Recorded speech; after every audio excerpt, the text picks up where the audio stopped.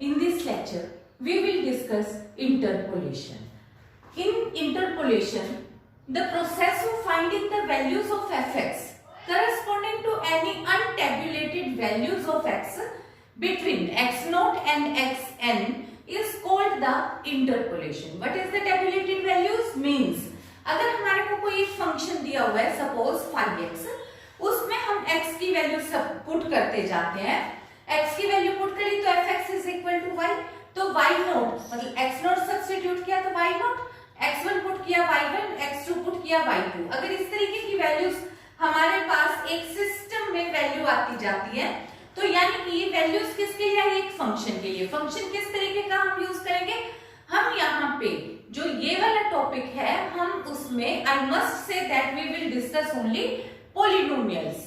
तो यहाँ पे द प्रोसेस ऑफ, तो इन वैल्यूज के बीच की रीडिंग लेने को हम टेबुलेटेड वैल्यूज कहते हैं। अनटेबुलेटेड वैल्यूज कैसे है? जैसे सपोज मेरे पास यहाँ पे 100 से 150 तक की टेबल है, x0 है 100 और xn है 150। सपोज मुझे 90 की वैल्यू निकालनी है या 160 की वैल्यू निकालनी है, या मान लो यहाँ पे 100, 110, 120, 130 इस तरीके की वैल्यू दी है और मुझे निकालनी है 125 की वैल्यू, तो उसको हम कहेंगे अनटेबुलेटेड वैल्यू। मतलब टेबुलेटेड वैल्यूज तो वो है जो हमारे को दी हुई है, इनसे अलग इनके आसपास की ही वैल्यूज एक सिस्टमैटिक वे से मैंने निकालनी है, तो इसको हम कहेंगे इंटरपोलेशन। ठीक है, तो it provides theoretical fundamental of derivation of differentiation and integration formula and for the solution of differential equations, and there should not be certain change in the values of observation for a particular data under consideration. For example, जैसे कभी war की situation आ गई, pandemic आ गया अपने पास इस time पे, Covid के time पे, तो कुछ हमारे पास फ्लक्चुएशन हो जाती है डाटा में एकदम से, और यहाँ पे हम जब डाटा यूज करते हैं इंटरपोलेशन में, तो वो स्मूथ डाटा होना चाहिए, यानी कि कोई भी सडन चेंज हमें नहीं चाहिए। क्योंकि जब हम रिजल्ट डिस्कस करते हैं तो हम कर्व का निकालते हैं, तो कर्व हम किस तरीके की बात करते हैं? हम कॉन्टिन्यूअस कर्व की बात करते हैं। कॉन्टिन्यूअस कर्व का मतलब होता है कि सडन चेंज ना आए और कर्व जो है वो स्मूथली मूव करता जाए। तो यहाँ पे हमारे पास एकदम से सडन चेंज नहीं आना चाहिए। तो यहाँ पे rise and fall in the data should be uniform. इसका मतलब यही हो गया कि एकदम से बहुत ज्यादा ना हो जाए, बहुत ज्यादा राइज भी बहुत ज्यादा ना हो जाए, फॉल भी बहुत ज्यादा ना हो जाए, बहुत ज्यादा या बहुत कम ना हो जाए। इसी तरीके से the function behave sufficiently smooth between tabulated point by the polynomial of Fairlie low degree. देखो जो पॉलिनोमियल होती है वो हमारे पास कौन कौन सी होती है? पॉलिनोमियल ऑफ डिग्री 1 जिसको हम लीनियर इक्वेशन कहते हैं, फिर क्वाड्रेटिक, क्यूबिक, बायो क्वाड्रेटिक। ठीक है, इस तरीके से हम आगे आगे चलते जाते हैं, डिग्री 5, 6, 7, 8। तो जो यहाँ पे हमने बात क्या कही है कि फंक्शन उतना ही स्मूथ, जितनी लो डिग्री की पॉलिनोमियल हम डिस्कस करेंगे उतना ही जो हमारा पॉलिनोमियल है, जो ये इंटरपोलेशन है, वो स्मूथ बिहेव करेगा। Now we will calculate finite differences. In the finite differences let f is tabulated at n+1 equidistant point x0, x1 up to xn, then corresponding values of function f are y0, y1, y2 so on up to yn respectively. Then for differences, finite differences are of 3 types. First difference is forward difference, then backward difference and then central difference. In forward difference we calculate as, this is represented as delta y0, इसको हम कहते हैं forward difference। First forward difference में delta y0, y1, y2 हम अलग अलग points पे differences निकालेंगे, और यहाँ पे डिफरेंस होगा दो सक्सेसिव वैल्यूज का। सक्सेसिव वैल्यूज में जो डेल्टा y0 है वो हमने कैसे कैलकुलेट किया? y1 माइनस y0, फॉरवर्ड है ना, तो अगली वैल्यू में से पहली वाली वैल्यू माइनस करके, similarly y1 will be equal to y2 minus y1 and yn minus 1 will be equal to yn minus 1. Similarly, we can calculate second order forward difference. This difference we can calculate it by difference of first forward differences. Difference of first forward differences. This is delta square y naught. हमने यहाँ पे second order forward difference निकाला, उसके लिए मैंने क्या किया, यहाँ पे 0 था, यहाँ 1 माइनस 0, यहाँ 2 और यहाँ पे फर्स्ट फॉरवर्ड डिफरेंसेस का माइनस कर दिया।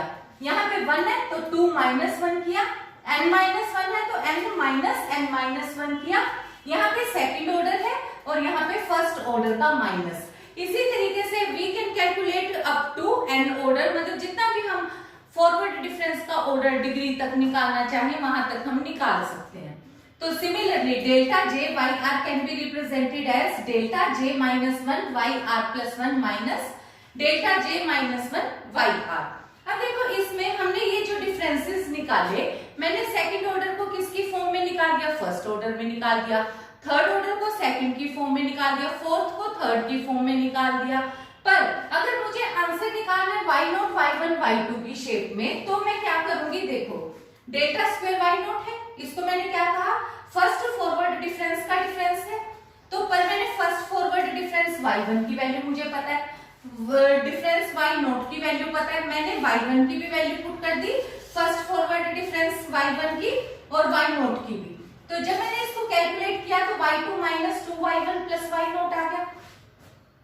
Similarly, this is third order forward difference. In third order difference, we will take first of all difference of second differences, that is delta square y1 minus delta square y naught. We will substitute value of delta square y1, that is delta y2 minus delta y1 minus.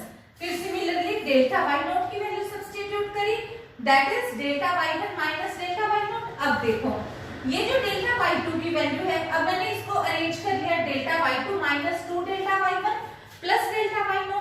इसी तरीके से अब मैंने y2 की value put करी, ये forward difference y2 का क्या वैल्यू आएगी, y3 माइनस y2, फिर माइनस 2 y2 माइनस y1, ये डेल्टा फॉरवर्ड डिफरेंस जो है y1 की वैल्यू आ गई। फिर इसी तरीके से मैंने फॉरवर्ड डिफरेंस y0 की वैल्यू सब्स्टिट्यूट करी, इस सबको मैंने कैलकुलेट किया तो ये वैल्यू मेरे पास आ गई।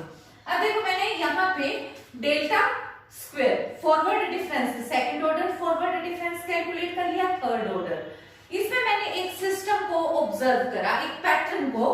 तो वो पैटर्न क्या है कि जो ये वैल्यूज हैं ये मेरे पास बायनोमियल कोफिशिएंट आने स्टार्ट हो गए। कैसे, देखो 1 2 1, यहाँ पे क्या है 1 3 3 1, और वैल्यूज किस तरीके से गई 2, देखो सेकंड ऑर्डर डिफरेंस था तो 2 1 0, थर्ड ऑर्डर था तो 3 2 1 0, इस तरीके से मेरे पास वैल्यूज आनी स्टार्ट हो गई। बिल्कुल सेम तरीके से जब मैंने fourth order difference find out किया तो फोर्थ ऑर्डर मेरे पास आ गया y4 minus 4y3 plus 6y2 minus 4y1 plus y0। Similarly we can calculate nth ऑर्डर finite difference, that will be equal to yn minus nc1 yn minus 1 plus nc2 yn minus 2 plus so on minus 1 raised to power n ncn y1। अब देखो जो ये binomial coefficient है ये हमारे को calculate करने आते हैं, पर अदरवाइज अगर तुम चाहो तो तुम यहाँ से भी इनकी वैल्यूज डायरेक्ट लिख सकते हो। ये मैंने कैसे लिखा, पहले 1 1 1 1 1 लिख लिया, फिर देखो यहाँ 1 है तो मैंने अगली वैल्यू में 1 के बाद 1 पे बंद कर दिया, फिर मैंने यहाँ पे 1 प्लस 1 2 3 4 5 6 लगातार वैल्यूज लिख ली, फिर 1 प्लस 2 यहाँ पे ये जब ये वैल्यू मेरे पास 2 आई तो फिर मैंने 1 पे बंद कर दिया। देखो पहले में 1 फिर 2 फिर 3 वैल्यूज, फिर अब 4 5 6, एक एक वैल्यू हर टर्म के साथ बढ़ती जाएगी। और ये वैल्यू कैसे लिखी, अब 2 प्लस 1 3, पहली वाली तो हो गई 1 प्लस 2 3, 1 प्लस 3 4 कह लो या 1 2 3 4 जैसे मर्जी। फिर नेक्स्ट कैसे लिखी मैंने, 3 प्लस 3 6, 4 प्लस 6 10, 5 प्लस 10 15, 6 प्लस 15 21 ऐसे लिख लिया।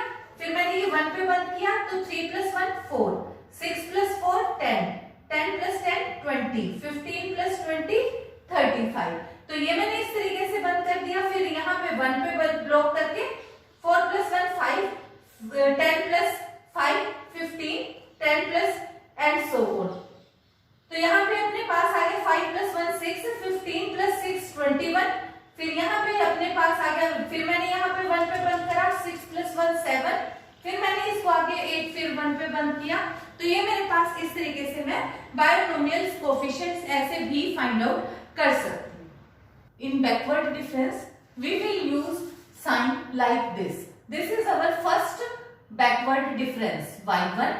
For in last question we were represented this by y naught and in this we are representing it by y1. तो ये हमारे पास फर्स्ट बैकवर्ड डिफरेंस है और इसको हमने y1 से रिप्रेजेंट किया है और इसकी वैल्यू वही सेम है जो फॉरवर्ड डिफरेंस y0 की थी, y1 माइनस y नोट। तो पर यहाँ पे 1 - 0, वहां यहाँ 0 था और हमने क्या यूज किया था 1 - 0। इसी तरीके से y2 will be equal to 2 - 1। फिर हमारे पास अब आ गया सेकंड ऑर्डर बैकवर्ड डिफरेंस। इसमें हमने यहाँ 0 की बजाय, देखो ये 2 है तो यहाँ पे स्टार्ट कहां से होगा, सेकंड से। y2 ये किसके इक्वल होगा, ये होगा दोनों के बैकवर्ड डिफरेंस का, फर्स्ट ऑर्डर डिफरेंस का डिफरेंस। तो इसके लिए हमने क्या यूज किया, delta y2 minus delta y1। तो इस रिजल्ट में बैकवर्ड डिफरेंस के अकॉर्डिंग फिर हमने यहाँ पे backward difference y3 find out किया। इस तरीके से हम अलग अलग वैल्यूज के लिए सेकंड ऑर्डर का बैकवर्ड डिफरेंस निकाल सकते हैं, बिल्कुल सेम पैटर्न से जैसे फॉरवर्ड डिफरेंस निकाला था। बस वहां हमने कहां से निकाला था, 0 से स्टार्ट किया था। यहाँ अगर थर्ड ऑर्डर का है तो हम सबसे पहले 3 यूज करेंगे और फिर उसके बाद 3 - 2 एंड सो ऑन, ये पैटर्न हम फॉलो करेंगे। इसी तरीके से जैसे हमने बैकवर्ड डिफरेंस में एक तो डिफरेंस के तरीके से वैल्यू निकाली, एक हमने y0 y1 yn के अकॉर्डिंग निकाली। तो अब यहाँ पे जो ये बैकवर्ड डिफरेंस y2 है ये किसके इक्वल हो गया, ये first difference y2 minus y1 के इक्वल हो गया। फिर हमने फर्स्ट बैकवर्ड डिफरेंस की वैल्यू पुट करी और ये हमारे पास रिजल्ट आया। और अगर तुम इसे ऑब्जर्व करो, देखो यहाँ पे ये बैकवर्ड डिफरेंस y2 है और यहाँ पे यही वैल्यू हमने सेम फॉरवर्ड डिफरेंस y0 की फाइंड आउट की है। अब इसी तरीके से देखो डेल्टा 3, ये backward difference y3 find out किया, तो ये क्या होगा, backward difference y3 minus backward difference y2 का सेकंड ऑर्डर के डिफरेंस का डिफरेंस होगा। तो यहाँ पे मैंने इसकी वैल्यू यहाँ से, क्योंकि मैं कैलकुलेट कर चुकी हूँ तो मुझे पता है 3 है, तो 3 के साथ क्या 3 2 1 वाला मैंने यूज कर लिया। और जब 2 है तो यहाँ पे 2 1 और 0 के अकॉर्डिंग मैंने ये वाली वैल्यू बैकवर्ड डिफरेंस की, सेकंड ऑर्डर बैकवर्ड डिफरेंस की वैल्यूज यूज करी, इसको कैलकुलेट किया तो ये रिजल्ट आ गया। फिर मैंने ये ऑब्जर्व करा कि ये भी बिल्कुल वही same forward difference, third order का जो फॉरवर्ड डिफरेंस है वो सेम है, पर यहाँ 3 है वहां 0 के साथ है। अब इसके बाद हमारे पास नेक्स्ट है इसी तरीके से सेंट्रल डिफरेंस, जो ये हमारा थर्ड नंबर का है सेंट्रल डिफरेंस। सेंट्रल डिफरेंस को हमने रिप्रेजेंट किया इस डेल्टा से। ये अपने पास है डेल्टा y1/2। तो ये क्या है, क्योंकि सेंट्रल तो 1 और 0 का मिड क्या है 1/2, तो मैंने यहाँ पे क्या रिप्रेजेंट किया, delta y1/2 is equal to y1 minus y0। जब 3/2 है तो क्या हुआ, 2 और 1 का डिफरेंस है, क्योंकि 3 + 1 / 2 करते हैं तो सेंट्रल डिफरेंस कितना हो गया 3/2 एंड सो ऑन। और यहाँ से हम ये सेकंड ऑर्डर का भी डिफरेंस निकाल सकते हैं, सेंट्रल डिफरेंस। सेकंड ऑर्डर का सेंट्रल डिफरेंस जब हम कैलकुलेट करेंगे तो ये कितना आ गया, डेल्टा स्क्वायर y1 किसके इक्वल होगा, delta y3/2 minus delta y1/2 के डिफरेंस के अकॉर्डिंग होगा एंड सो ऑन। तो हम इसमें भी जितने भी ऑर्डर तक का फाइंड आउट करना चाहें इसी तरीके से कैलकुलेट कर सकते हैं। अब इसके अलावा हमारे पास इसमें इंटरपोलेशन में हम 2 ऑपरेटर्स को और जरूर डिस्कस करेंगे। तो एक है हमारे पास शिफ्ट ऑपरेटर। शिफ्ट ऑपरेटर को हमने यहाँ पे अपने लेक्चर में ई से रिप्रेजेंट किया है और इसमें हम ये यूज करेंगे e⁻n(y_r). शिफ्ट ऑपरेटर की वजह से हम इसको कैसे लिखेंगे, y_r+n। तो ये क्या हो गया कि जो ये y_r है कितने से शिफ्ट हो गया, ये r+n से शिफ्ट हो गया, where n should belongs to integer number. तो यहाँ पे जैसे अपने पास e2y 0 है तो ये किसके इक्वल हो जाएगा, ऑब्वियसली 2 + 0, ये किस पे शिफ्ट हुआ, y2। अगर यहाँ पे माइनस भी हो सकता है, e - 2y3 है तो ये कितना हुआ, 3 + -2 दैट इज y1। तो एक हमारे पास इसी तरीके से है एवरेज ऑपरेटर। अब देखो जब हमने यहाँ शिफ्ट किया तो शिफ्ट में हमने उतना ही एक्सीड कर दिया, डिफरेंस में हमने माइनस किया था, एवरेज ऑपरेटर में हम प्लस करेंगे। अब एवरेज ऑपरेटर को हमने म्यू से रिप्रेजेंट किया है, mu by R will be equal to 1/2, क्योंकि जब हम एवरेज निकालते हैं तो दो टर्म्स का और प्लस करते हैं और डिवाइड बाय 2 करते हैं, तो बिल्कुल उसी तरीके से आर है। तो हमने यहाँ पे देखो आर है तो आर -1/2 और आर +1/2 यूज किया है, y r -1/2 plus y r +1/2/2। इसी तरीके से हम कोई भी वैल्यू भी एवरेज ऑपरेटर फाइंड आउट कर सकते हैं। There is relation between finite differences operators.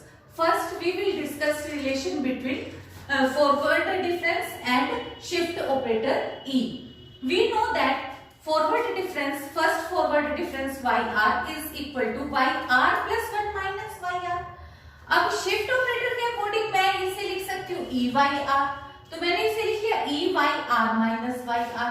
YR को मैंने कॉमन ले लिया तो क्या हो गया E -1, तो यानी कि YR और YR तो यहाँ से हमने बैलेंस कर दिया। तो यहाँ से जो ये फर्स्ट फॉरवर्ड डिफरेंस है ये किसके सिमिलर हो गया, ये शिफ्टिंग ऑपरेटर E -1 के इक्वल हो जाता है। इसी तरीके से relation between backward difference and shift operator, तो ये अपने पास है बैकवर्ड डिफरेंस YR को हम कैसे लिखते हैं, YR minus R -1। जैसे यहाँ पे हमने R को लिखा था R + 1 - R, यहाँ पे लिखा है R minus R -1। अब R -1 को मैंने लिख लिया e⁻⁻1, बिल्कुल उसी तरीके से YR कॉमन हो गया और यहाँ क्या बच गया 1 - e⁻⁻1। तो यहाँ से मेरे पास बैकवर्ड डिफरेंस किसके इक्विवेलेंट आ जाता है, 1 माइनस शिफ्ट ऑपरेटर e⁻⁻1 के। अब मुझे रिलेशन फाइंड आउट करना है डेल्टा एंड शिफ्ट ऑपरेटर। ये हमारे पास कौन सा है, central difference. Central difference and shift operator के बीच का रिलेशन फाइंड आउट करना है। तो उसके लिए मुझे पता है कि जो सेंट्रल डिफरेंस है वो किसके इक्वल होता है, yr है अगर, तो वो किसके इक्वल होगा, r + 1/2 माइनस yr -1/2 के इक्वल होगा। इसको मैंने शिफ्ट ऑपरेटर के अकॉर्डिंग e⁻1/2 लिखा, इसको e⁻⁻1/2 लिखा, yr मैंने आउटसाइड ले लिया। यहाँ क्या बचा, e⁻1/2 माइनस e⁻1/2। और जब मैंने इक्वेट किया तो मेरे पास सेंट्रल डिफरेंस किसके इक्विवेलेंट आ जाता है, shift operator e⁻1/2 minus e⁻1/2 के इक्विवेलेंट आ जाता है। अब हमारे पास यहाँ पे है last relation between average operator and shift operator. तो जो ये एवरेज ऑपरेटर है, एवरेज ऑपरेटर म्यू yr हमने कैसे लिखा था, 1/2 yr + 1/2 plus yr -1/2। Shift operator के अकॉर्डिंग मैं इसे क्या लिखूंगी, e⁻1/2 plus e⁻1/2। yr outside, तो रिलेशन क्या हो गया, म्यू किसके इक्विवेलेंट आ गया, 1/2 e⁻1/2 plus e⁻1/2। So that is all for this lecture. Thank you.